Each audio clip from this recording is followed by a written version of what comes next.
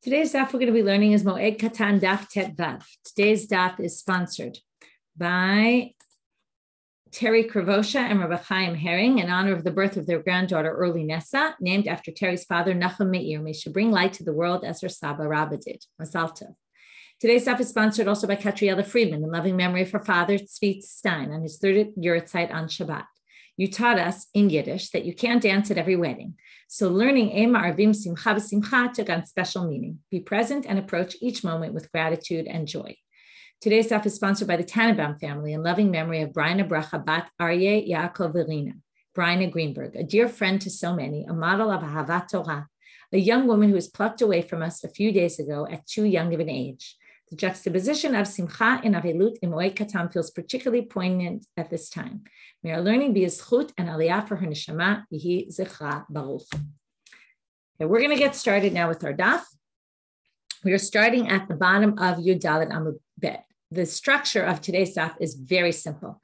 We're going to have a list of 13 things, such as cutting hair, doing laundry, wearing tefillin, tearing kriya, etc. And we're going to ask, do all these things apply to Avelut, to a mourner, to a menudeh, an excommunicated person, and to a mitzora, a leper? And then we're going to basically, for each one, bring either a pasuk, which again, I'll preface by saying mitzora is the only thing that really appears explicitly in the text. Mourning is going to be referenced here and there in parts of the Tanakh. We'll see where as we go along. And a menudeh, excommunicated person, is not mentioned anywhere. So the proofs are either going to be from verses in the Torah when we have, or Tanakh. If we don't have any verses, then we're going to refer to Braitot or other Tanaitic sources where things might be mentioned. And then we're going to notice there's a pattern. Okay, I didn't have a chance to make a sheet for today, but the basic sheet, you can even almost make it yourself, is going to be a list of these 13 items, a checklist. Avelut, yes or no. Menudeh, yes or no. Most of the menudeh is going to be question marks. We're not going to really know. And mitzora, yes or no. Even there, we're going to have a bunch of question marks. Okay, by Avelut, there's no question marks. They're going to have an answer about everything, which I think is really because Avelut is their main topic here, mourning. And then from there, they're going to get into also what about excommunicated, what about mitzora? Some will see that it's true, some not. Or some we don't really have an answer. So let's start. Avel asur b'tisporet. The first thing is a haircut. An avel, a mourner, is not allowed to cut their hair. They have to wait till the end of the shloshim, the 30 days. Where do we learn this from? The main source we have for Avelut in the Torah is Aharon. After his two sons die, he becomes an avel, but the Torah doesn't let him mourn. And because he's a Kohen Gadol, he's an exception to the rule. And he is told, Aharon, Rashechem al tiflau, you can't let your hair grow long, you and your sons. That means, Michlal, from there you can infer what? If he can't do normal morning practices, that means that the normal morning practice is to grow your hair long, not to get a haircut. So that's what we learn. Michlal de kule alma asur. Everyone else cannot. Mindudin u'mitzoraim. So what about them? Mahem b'tisporet. We're going to have a very clear source on this one. Tashma, let's learn from here. Minudim u'mitzoraim asurim l'saper u'lechabes. Okay, someone who's excommunicated or a leper is forbidden to cut their hair or wash their clothes. So there we already have an answer, by the way, to cutting hair and washing clothes, but we're only going to get to clothes washing later, and then we'll repeat the same source. You'll see today that a bunch of sources are repeated throughout the daf. Because they brought this braita, we're now going to finish the braita, even though we don't really need it for our purposes. If an excommunicated person dies, the beitin stones his coffin. What does that mean? Rabbi Yehuda Omer, so it sounds like they put a lot of stones on his coffin as a sign, right? We actually put stones as respect, but they put stones kind of in a pile as a sign that we're stoning this person. This is if someone dies while there's still an excommunication. Rabbi Yehuda Omer, lo she'amidu alav gal avanim ki galo shel Achan. Achan was someone who got killed in Sefer Yoshua because he took from the shalal. They weren't allowed to take the booty from the war. In Jericho, he did. He got punished. They put a big pile of stones on his grave. So he says, not like that. They're not actually stoning him. He's dead. If you were stoning someone, maybe you need a lot of stones. But they're not stoning him. They're just putting one big stone to show a sign of this. We want everyone to know that you were excommunicated. So it's more symbolic. That's why one is sufficient. Lilamdecha, to teach you, okay, anyone who dies while they're excommunicated, the Beit Din comes and stones their coffin. Avel, next topic. So the first topic was cutting hair. We learned that all three of them cannot cut their hair. Next, Avel chayav ba'atifat harosh. Okay, there happened to be a picture. You can look at the pictures.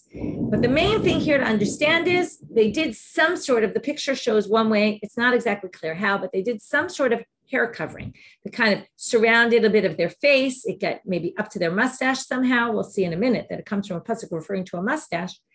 Okay, now we're going to have psukim from Yechezkel. And a lot of Avelut is also learned from Yechezkel. Yechezkel is told one of his prophecies is your wife is going to die and we're not going to be able to mourn her. It's symbolic. So it's symbolic of the Jews getting the destruction and they won't be able to mourn. So they says they're lo ta'atel safam. Okay, don't cover up your mustache. So that means, again, he's not allowed to do regular mourning practices, which means that regular mourning practices, michlal, the kuleyam mechayve, is to do atifat harosh. Now, we don't do this nowadays. In fact, the Shulchan Aruch says that you do, but the Ramah says the custom is that nobody does this anymore, okay? For whatever reason, it was a custom that seemed to have been, maybe there's certain communities that do it. The ones that I know of don't. It could be, you could tell me someone knows that people do this, but it seems that it's kind of disappeared. So it's an interesting halacha that it existed. Again, it was a custom and it seems to not be in existence anymore.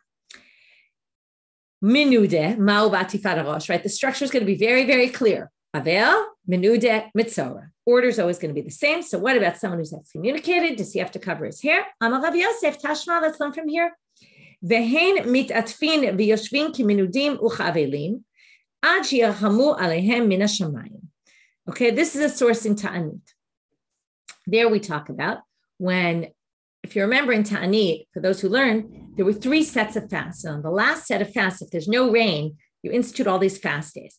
And each is a set of fast days, 3 and 3, and then you have 7, if your prayers don't get answered. These 7 were much stricter. And it says they sit and they're mitatfim, which sounds like they cover their hair with this hair covering. V'yoshvim kiminudim u'chavelim. They sit like people excommunicated and mourners. Until they get the compassion from God. So it sounds like the minudim sit with atifat harosh, because these people are basically excommunicated from God, and they have this mitatfim. They cover their hair. So Amalei Abaye, and we're going to see this over and over today. Dilma, because we're going to very often, a lot of these questions on the Menuda, we're going to bring in a source of Ta'anit that talks about the people as if they're excommunicated and it shows something they did. And every time we're going to say, oh, look, must be someone who's excommunicated does this. To which Abai is going to respond, Dilma Menuda Lashamayim Shane. Maybe someone who's Menuda to God. God isn't answering our prayers. He's excommunicating us. That's different. To Chamor, right? It's obviously more stringent. Although we'll see later, maybe not. But right now, we're going to assume it's more stringent. And therefore, you can't learn from there. Maybe they have to do atifat harosh, but a normal excommunicated person does not. What about a mitzora? Mitzora ma'u ba'atifat harosh. Does he need to cover his hair? Or she? Tashma ba'al safam ya'ateh. Michlal shechayav ba'atifat harosh. Because it also talks about the safam ya'ateh in that verse there. These are verses by the Mitzorah. The Mitzorah, by the way, is much easier to find verses because there's a whole section of the Torah that delineates exactly what they're supposed to do. So, Michal shechayav ba'atifat harosh, right? They always assume safam ya'ateh. Again, the safam is the mustache, has to do with this covering the face, because I envisioned something almost like a monk. Like they have these big capes that go over their head and it almost covers them down to their mustache, or maybe around their face so that it covers their mustache. Okay, Shma Mina. So we can infer we get an answer from Mitzorah. So we don't have an answer for the Menudeh, but both the Avel and the Mitzorah need atifat harosh. Avel asur lahaniach tefillin, and Avel can't put on tefillin. Where do we learn this from? Also Yechezkel, mitka amar leRachmana leYechezkel, percha chavosh alecha. Put on your glory. What is your glory? Meaning wear your tefillin. Michlal, right? That comes up in bracha. Be'ein pe'er ela tefillin. They quote exactly this source about an Avel. Michlal, we had it in more places as well. Michlal de kuleyama asul. Again, he can do it. That means he's not supposed to do normal morning practices. He should wear his tefillin, but in Avel does not in general wear it. Menude, mahu b'tefillin. What about a menude, right? The idea is that tefillin is glorious. You don't want to wear glorious things when you're in your mourning. What about someone who's excommunicated, right? It's actually fascinating to think that they think someone who's excommunicated doesn't need to wear tefillin, right? We think of tefillin as such a basic everyday thing that one's supposed to do. Here it seems to imply you wouldn't need to necessarily wear tefillin, maybe when you're excommunicated, to which the Gemara says, teku, we don't know the answer, right? Teku always means tekum, it will stand, right? We don't know the answer, let it stand as a question. Okay, it also is often, some people think that it's a Rashi Tevot, it's abbreviation for Tishbi Yitaretz Kushiot Ubayot. It means Tishbi Eliyahu, Tishbi will come and answer it. We don't know the answer.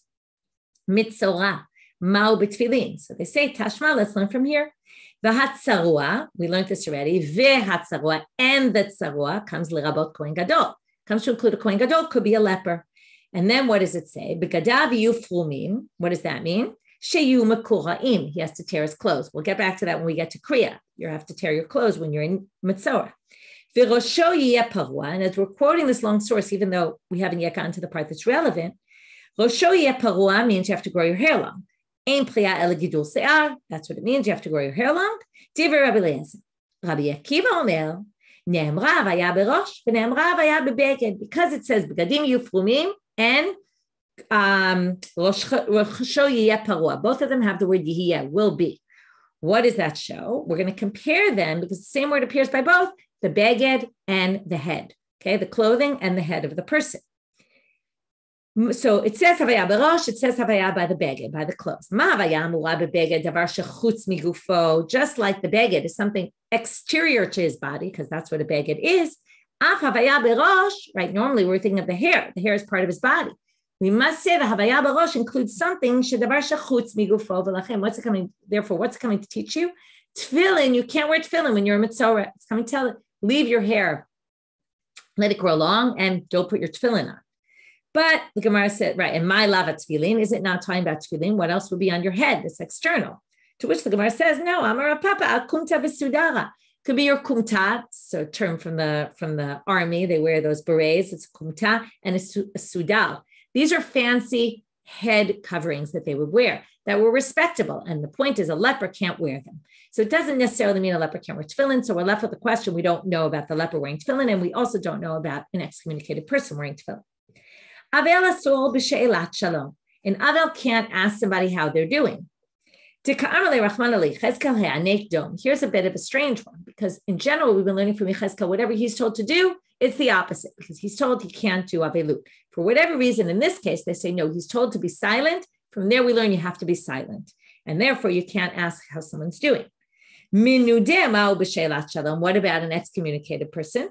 Amar Rav Yosef, Tashma. Again, we're going to quote from Ta'anit, from these fast days.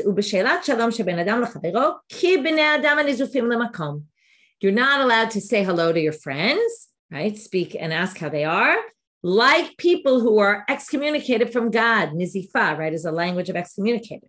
So again, what does Abaye say? They were comparing it to someone who's menudeh to God, not someone who's menudeh to people. Someone who's excommunicated from people might not be as severe as someone excommunicated from God. So we don't have any proof that you can't greet people when you're excommunicated. Mitzorah, ma'u b'she'elat shalom. What about a mitzorah? Tashma al safam yateh. Again, we saw this before, but now we're going to darshan something else from it. Sheyu siftotav medubakot zebazeh. Right? Why it's called safam? Because it comes from your sfatayim, your lips. His lips should be closed, like stuck to each other. Sheyehe keminudeh uke'avel. He's like a menudeh, someone is excommunicated, and a mourner. V'asur b'she'elat shalom, and he can't greet people. So what do you see from here? He can't greet people. That's very obvious. Now they say, wait a minute. If they say the menudeh can't greet people, and he's like the mitzorah, the leper can't greet people, and he's like the menudeh, like the excommunicated person, well, the nifsho mina the menudeh. We didn't have an answer for the menudeh, if he can greet people or not. So why do we learn from here for the menudeh? Amar Rav Acha bar Pinchas mishmei de Rav Yosef, and this is something we're going to see a lot as well. Mi katane she'asur she'eh kemenudeh u'chavel katane. Doesn't say it's forbidden like an avel and a menudeh. It says yehei kemenudeh u'ka'avel. This mitzorah, the leper, is like an excommunicated person and a mourner. B'milei achrinei ayata. Could be in other ways. And then asur nami b'she'elat shalom. And then it says two things, right? It's forbidden like the aval and the menuda in certain areas. We don't know which. And it's not like, and then in addition, you can't do she'elat shalom, but it doesn't mean that it's like the menuda because the menuda can't do she'elat shalom. Okay, so we don't really have a proof. Aval asur b'divrei Torah. An aval can't learn Torah. Because again, the Torah says the God tells Yechezkel, don't be silent. That means don't learn Torah. So what if you're excommunicated? Rav Yosef, Tashma, let's learn from this Tanaitic source. He learns and other people can learn with him or teach, right? This is to repeat Braitot. He can memorize Braitot and repeat them, and other people can say them in front of him as well. He can work and other people can be hired by him as well. So we'll get back to that after when we talk about work. But right now we want to focus on, he can learn, there you have it. But the Braita continues to say, Muchram, but once you get into Cherem, which is the higher level, right? It's after two nidois and it doesn't help, then you go into to Cherem. We saw that. Lo shoneh v'lo shonim lo, lo niskar v'lo niskarim lo. Actually, it might be in the next stuff. Anyway, Muchram, someone who's in Cherem, you can't learn and nobody can learn with him. Lo niskar v'lo niskarim lo. He can't work and no one can work with him, right? He can't be hired out and he can't hire people. However, what can he do? Because how can you function without Torah and without working? So, aval shonehu la'atzmo, he can learn between him by himself, shelo yafsik et limudo, so that he doesn't stop learning entirely. Ve'oselo chanut ktana b'shvil parnasato. He can make a little store for himself that only he works and he can't hire people. We just said that. He gives an example. Zabune maya bepakta de'aravo. If there's a place where aravot are growing, willows, and it seems to be a very dry place, he can sell water, and that's a place where he can have a store for water, and that will be a decent business where he'll make a lot of money or enough money to live on. Okay, next. Mitzora ma'u b'divrei Torah. So again, what do we have? An avel can't learn Torah. A menuda can learn Torah, excommunicated person. What about a leper? Tashma, it says here, it says, you will tell your sons and your sons' sons the day that you stood at Har Sinai getting the Torah. So, just like there, when did they stand? They stood in fear and, right, shaking, trembling, and sweating. Mikan amru, from there we learn as who can accept Torah, who can learn Torah? Anyone who has those emotions, right? Those feelings about Torah. So who is included? Zavinu mitzoraim uboalei nidot. Mutarin lekchot b'torah b'neviim u'b'ktuvim. So a zav, a mitzora. These are people who have some sort of impurity upon them, but it's not like they did anything wrong. It just happened to them. It's not like, now we do say lepers did some sort of punishment, but that's like a drasha. What they're assuming here is these people, it just happened to them. It's not like they did anything. Bo'el Nida is a little tricky because a Bo'el Nida is someone who sleeps with a woman who's in Nida. And that's forbidden. He did do something wrong. So how you view that is a bit of a question. Maybe he did it. He didn't know she was in Nida. What happens is if you sleep with a woman when she's in Nida, you basically become Tameh for 7 days. So what they're saying is all these people who are impure can read Torah, Nevi'im, Ktuvim. Tumah doesn't prevent you from learning. Lishnop midrash Talmud. You can learn midrash. You can learn Talmud. You can learn halachot, agadot, laws, stories. Uba'alei carrying, but people who have seminal emissions, which there we assume that happens because you were doing something inappropriate or right, whatever reason, you weren't exactly totally in the right. And because of that, they're asurim. This is actually a gezerah that Ezra instituted. Okay, the people who are Baal Keri shouldn't learn Torah, Shema Mina. So anyway, what was the main point? It said listed there, the Zav and the Mitzorah, and we were looking for the Mitzorah is allowed to learn Torah. So you see the Zav can learn Torah, the Mitzorah can learn Torah. Next. Okay, laundry, dichtiv, you can't do laundry. Here we're going to have one other place where there's avelut in the Tanakh. This is in Sefer Shmuel. Yoav wants to teach David a lesson after the David Avshalom story, and he takes this woman, a wise woman from Tekoa. Vayishlach Yoav Tekoa. Vayikach misham isha chachama. He sends to Tekoa. He finds a wise woman. Vayomer Eileh, and he says to her, he what he wants to do is he wants to set her up to go to David and explain to him, like show him and say, listen, I'm an Avel, and basically do a whole story about someone who's in mourning to basically teach David a lesson. Now, in order to do that, he has to basically Tell her, start practicing morning practices. So here again, we learn about what are morning practices. So he says, Livshina bigdei avel, go wear morning clothes. Now, a mourner's clothing must be like dirty, disheveled, not freshly laundered. That's what we learned, that an avel can't launder their clothes. V'al tasuchi shemen, don't anoint yourself with oil. And I want you to do this for many days to be mourning or dead. What about a menudim and mitzora? We already had this source. We're going to see it again. Tashma menudim and mitzoraim asurim l'saper l'kabes. They can't cut their hair or wash their clothes. Shma mina. Avel chayav b'kri'ah. So basically, by the way, just to point out, everyone can't do washing clothes, right? Where the only other place we had that was in the tisporet, in the haircut, because most of the other cases, we didn't really know what the story was with the menudeh, or some of them, right? We had, they could do it, like learning Torah wasn't the same for everybody. Avel chayav b'kri'ah. Okay, now we talk about rendering your garments. Okay, so an avel has to do this. Don't rip your clothes. Again, they can't rip their clothes. That means everybody else does. What about a menuda? Excommunicated, you have to tear kriya. Teku, we don't know. Mitzora ma'u b'kriya. This we already had. Tashma. Gadaviyu frumim. What does it mean, frumim? Shiur mekuraim. You tear them. Shma mina. From there, you can infer. Avel chayav b'kfiyat mitah. And Avel needs to turn over his bed. Okay, the idea is to make it uncomfortable when they go to bed. Right, you have to know how their beds worked in those days, but turn it upside down. Ditani bar kapava. He brought the following braita. Dumuti okni natati b'hen. It's in this braita. It's as if God is speaking. He says, "I made the people in my image." But in their sins, they turned it upside down, and then they're deserving of death. And then it says, turn over your beds on because of them. So this is because the people died, turn over your beds, and they get an illusion from there that an avel has to turn over the bed. So what about them? Do they have to do kfiyat mitah? Teku, we don't know. We don't have any sources to talk about it at all. If the Torah doesn't say anything by a leper about turning over a bed, and menuda, we don't have another source as well. Avel asur basiyat malacha. An avel can't do malacha, can't do work. We saw this already, but now we're going to see why. Dichtiv. This is a pasuk in Amos, and it says, I'm going to turn your holidays into days of mourning. That means they're like two sides of the same coin. So if on the holiday you can't work, then you obviously can't work when you're in Avel. Just like on the holiday you can't do work, also the Avel can't, someone in Avelut, someone mourning can't do malacha. What about an excommunicated person? Rav Yosef, we already know this. Tashmak shamru asur basiyat malacha. Oh, actually, right, we're going to see it in a minute. This we didn't yet bring the source that we could have brought. In a minute, we're going to bring it. First, they bring a different one they're going to reject.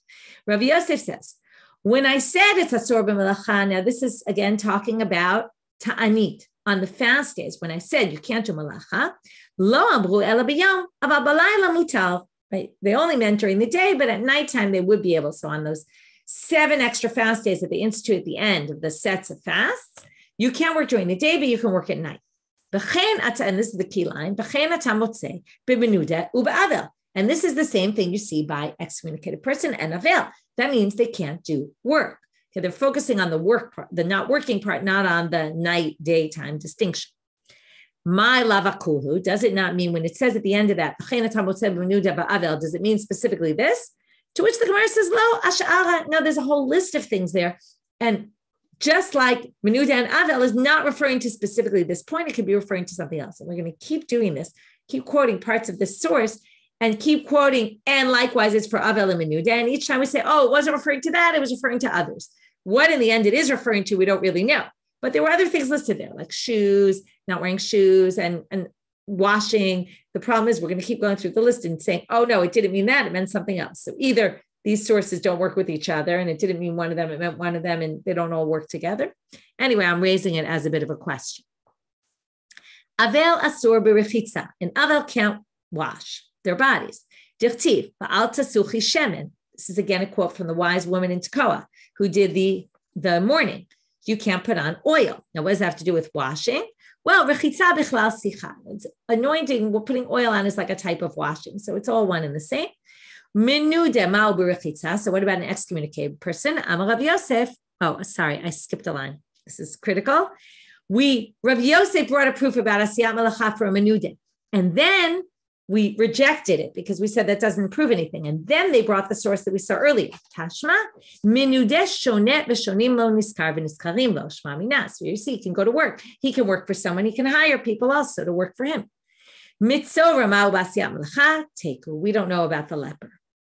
Okay, back to the avel asor b'rechitza. Dachtiv al tasuchi shemen u'rechitza bichlal sicha. Right, that's what we just said. That rechitza is included in anointing. Menudeh ma'u b'rechitza. Can a menudeh wash their body? Amar Rav Yosef tashmak shamru asor b'rechitza lo amru ela kol gufo. Again, we're back to this source in Ta'anit. It says when you can't wash your bodies on the fast days, we only meant your whole body. Aval panav yadav raglav mutal, but your hands, face, and feet you can wash.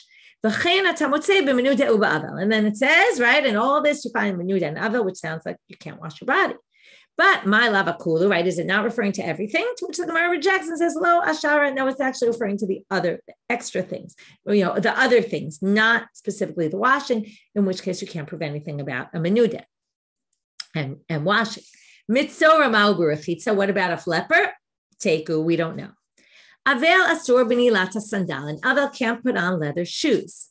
So now, midika'amar le'rachmana le'yechezkel, going back to Yechezkel, na'alcha tasim b'raglecha, put your shoes on.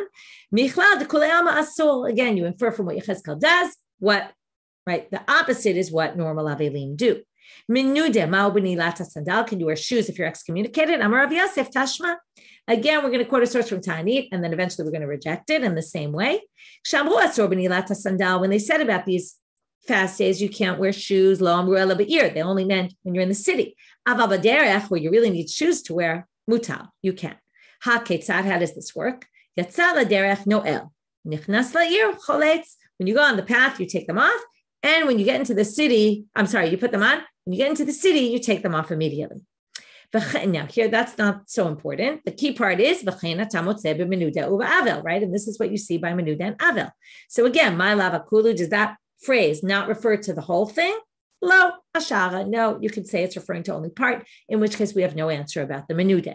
You notice a lot of the sources about the menuda are these ta'aniyot, which compare it to the menuda. The question is just, is it clear that it's comparing it to this, or maybe it's other things? Mitzorah, ma'u b'nilata sandal. Can a mitzorah wear shoes? Teku, we don't know. Avel asor b'tashmish hamita. Can't engage in sexual relations.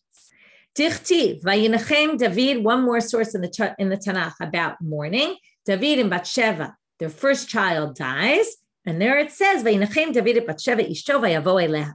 He, right, was mitnachem, meaning finished the time of avelut. There's actually a debate whether there was really avelut for this baby or not. It was a baby. Not necessarily laws of avelut. Some people say the avelut was before the baby was born. Anyway, however you explain it, it seems to say once he was minucham, he was already beyond that. Then vayavo eleha. Then he goes to Bathsheba ishto vayavo eleha, and he sleeps with her. So now you see michlal demikar asul. It seemed like he only had relations with her once he was already beyond the mourning. So from there you see that it must have been forbidden before that. Menuda ma'u b'tashmish hamita. What if you're excommunicated? Amar Rav Yosef. All the years the Jews were in the desert, they were menudim because they were punished for chet hamaraglim. Now we're going to learn, right? God basically excommunicated them. Vishim shumi totein. Now what? For 40 years they didn't engage in sexual relations? Not possible. Of course they did. They had children, etc. So Amarle Abaye, again Abaye comes and says, "B'dilma menuda l'shamayim shane." Maybe someone who is menuda to God is different. Now here the problem is, this is saying it's permitted to them. So now we're going to say to kill. He says maybe menuda to God is more lenient. Now, and then by us, maybe a regular excommunicated person would be more stringent. To which the Gemara says, what are you talking about? Abaye, you're the one who keeps saying all along, menuda l'shamayim is chamor, is more severe. It's against God. So that's what they say. V'hamart chamir, didn't you yourself say? It's more stringent. So they answer, sipuke misapkale. Zil hacha kamat chele, v'zil hacha kamat chele. He wasn't really sure. It could go this way, it could go that way. Okay, so he was basically saying, I just don't know if you can compare them. I could see it both ways. You could give logic that way, and he just wasn't sure, and therefore he said it's inconclusive. Next, Tashma Mitzora, Ma'u b'tashmisha mita. What about a leper? Tashma, let's learn from here. Titania. V'yashav michutz lo'alo. We're talking about after the Mitzora finishes, the leprosy is over, he needs to count 7 clean days. In those days, it says in the Pasuk, he should sit outside his tent. What does that mean? Shehet k'menudeh uche avel. He should be like a menudeh and a mourner. V'asur b'tashmisha mita. He's forbidden b'tashmish to have relations. Ve'eno alo ele ishto. And alo always means your wife. Shenemar alechem or lam shuva lehem lo alechem. After Matan Torah, they got the Torah, they were told, go back now to your tents and sleep with your wives. And it says your tents means your wives. So Shema Mina. There you see, an Mitzora, a leper, is forbidden b'tashmisha mita. But now notice there was something important. It said, we didn't know about a menudeh and tashmisha mita and sexual relations. So now they say, but wait, it said that the Mitzora should be like a menudeh and an avel. So again, from here you should imply, nifshot mineh. Why don't we learn from here? Nami le menudeh. We should learn from here for the menudeh. Amar Rav Huna, Bered Rav Pinchas, Mishped Rav Yosef, Mi Katan isha asur, she'ek menudeh ve'avel, b'milah achrinata. It didn't say it's forbidden like a menudeh. It said it's like a menudeh and an avel.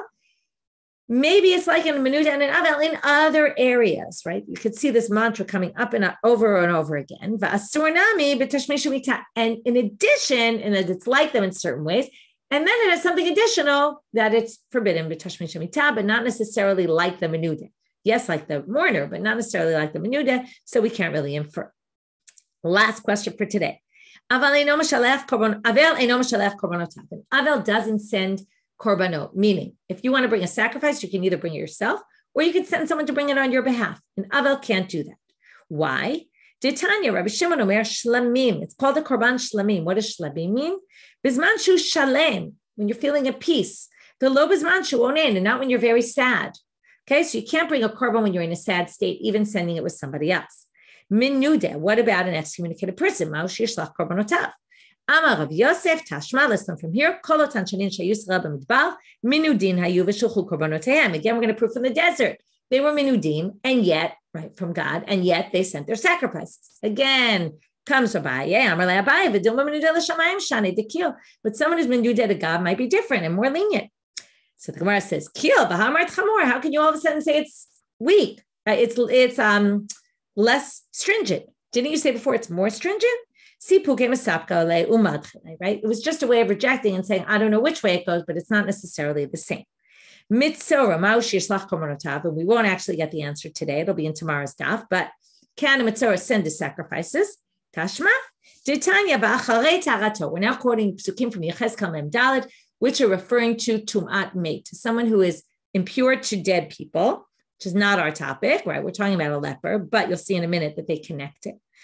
After he becomes tahor, so the Gemara explains, the Braita explains, achar prishato min hameit, once he separates from the dead body, shiv'at yamim yisperu lo, he has to count 7 days. Now, yes, there's 7 days after you become tamei, you become impure to a dead body, but you don't have this halacha to count. So because it says you count, they connect it to the leper who has to count the 7 days.